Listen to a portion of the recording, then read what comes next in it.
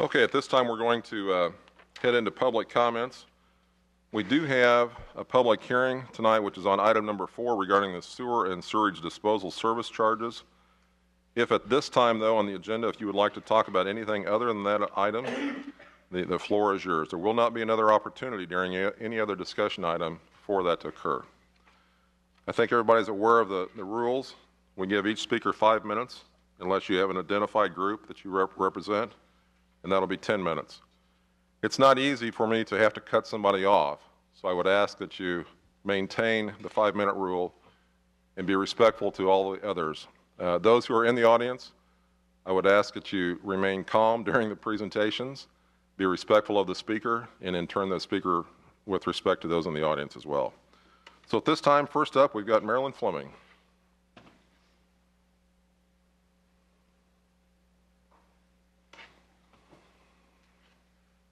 Welcome back, Marilyn. It's been a long time since I've been up here. I'd like to discuss something that I find that is very important to all of us here within the city, and it has to do with our police protection. A year and a half ago, 9 months ago, the public made a vote.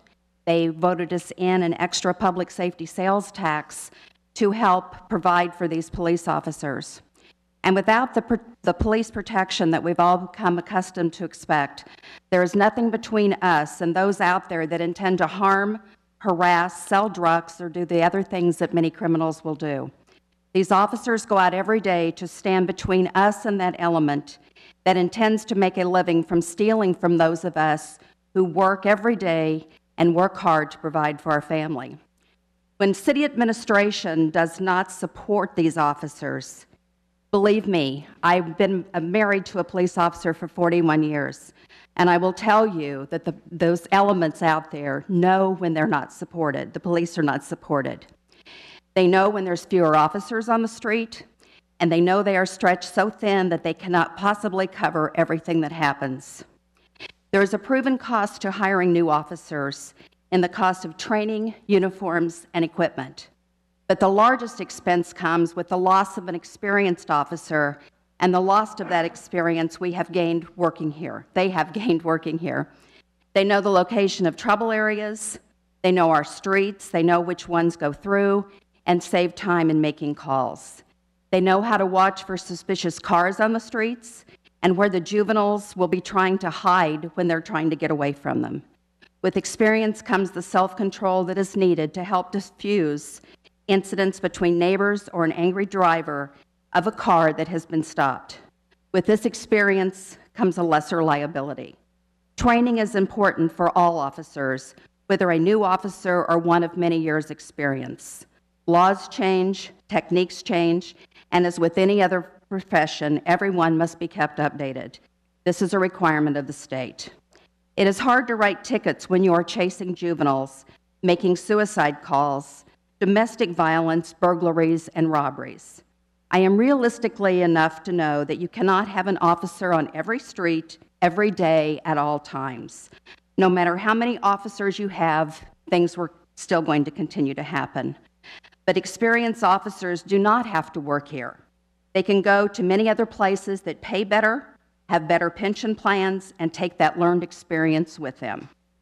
I don't know how many of you have been on a ride-along lately. I went on one just a few weeks ago, and I suggest you take time out of your schedules to see how our officers deal with these issues and more. I receive each day a copy of the incident report, and it covers what's pretty much happened of major consequence throughout the city. It is eye-opening and would keep you updated on what is happening in our neighborhoods each day. I hope that you should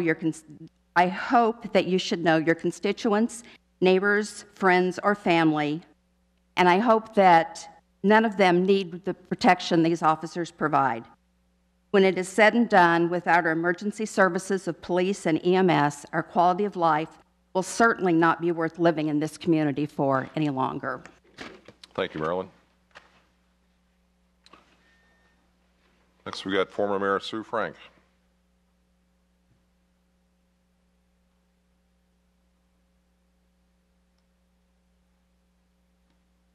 Evening, Sue.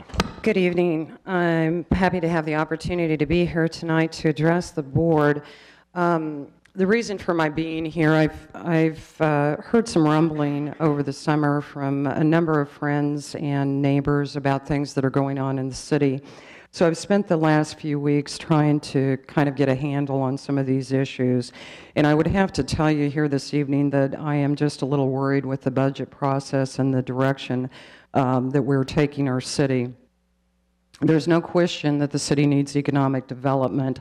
I do question, however, that this is the right time for some of the decisions that are being made, and I have to ask at the end of the day, what is the real cost to the general public? My concern is reserve funds are designed to be readily accessible in the event of an emergency, such as an ice storm, tornado, or gas line explosion. Our experience has been that FEMA and SEMA reimburse only after all these items have been first paid out by the city. Raytown's ice storm in 2001 cost the city over $900,000. We were lucky that the Kansas City area was declared a disaster area. In June 2005, Raytown had a microburst in the south part of town. There was no reimbursement, no declared disaster. It affected a relatively small area, even though it was the southern third of our city. You have elected to loan a developer $600,000 out of the city's reserve funds. The feasibility study you hired out shows that the loan is unnecessary to make the project go. No risk assessment for this reserve loan was considered in this report, and I'm concerned that what if a disaster happens and there are no reserves available? Lee Summit authorized a loan for Summit Fair. The development was well underway when the economy tanked. However, there are huge differences here. That was a shopping center and not a single store. The loan was short-term when the buildings would be finished, and the standard loan could be formed thereafter. Lee Summit is sitting on a 51% fund balance of a $170 million budget. Raytown is struggling with a 17% fund balance of a $12 million budget. Our proposed loan represents 30% of our reserves. Lee Summit's consideration represented less than 1% of their reserves. And as of yet, their developer has not asked for any money. Our reserve fund is being loaned over a 10 or 12-year period. We kvetz about employee appreciation events for employees that are facing no cost of living adjustments or pay raises and lack of budgeted tools and equipment to do their jobs. We want to argue about $900 worth of chairs for a department that works 24/7, 365. Citizens of this community overwhelmingly supported the public safety sales tax for more officers on the streets, and by all appearances, this budget plays shell games with frozen positions from the general fund, and we're considering loaning money to a developer. The street maintenance budget for 09-10 was $900,000. Actual expenses came in at $1.5 million. The printed budget is currently proposing $795,000, only 53% of what was actually spent last year. We're putting chip and seal on roadways, the type of road normally used in rural areas, and what is the impact of snowplows on these roads. People that I have talked to have said they would have rather waited longer for real asphalt, and I'm just concerned that our priorities are not right. Times are tough, no doubt, and with tough times come tough decisions. I understand we have to do economic development to bring some money into this city. I will tell you, though, new buildings are only one piece of the landscape of economic development. Quality employees, strong citizen services, and investment in infrastructure are all pieces of the economic development puzzle for a community. And I would recommend that we not build our skyscrapers on sand. To quote Dave Ramsey, you don't loan money if you can't pay your bills. Thank you for your time this evening. I have some proof sources to back up the comments I've made. Thank you. Thanks, Sue. If you want to give those to the clerk, Sue, I'd appreciate it. Clerk sits over there. Thank you.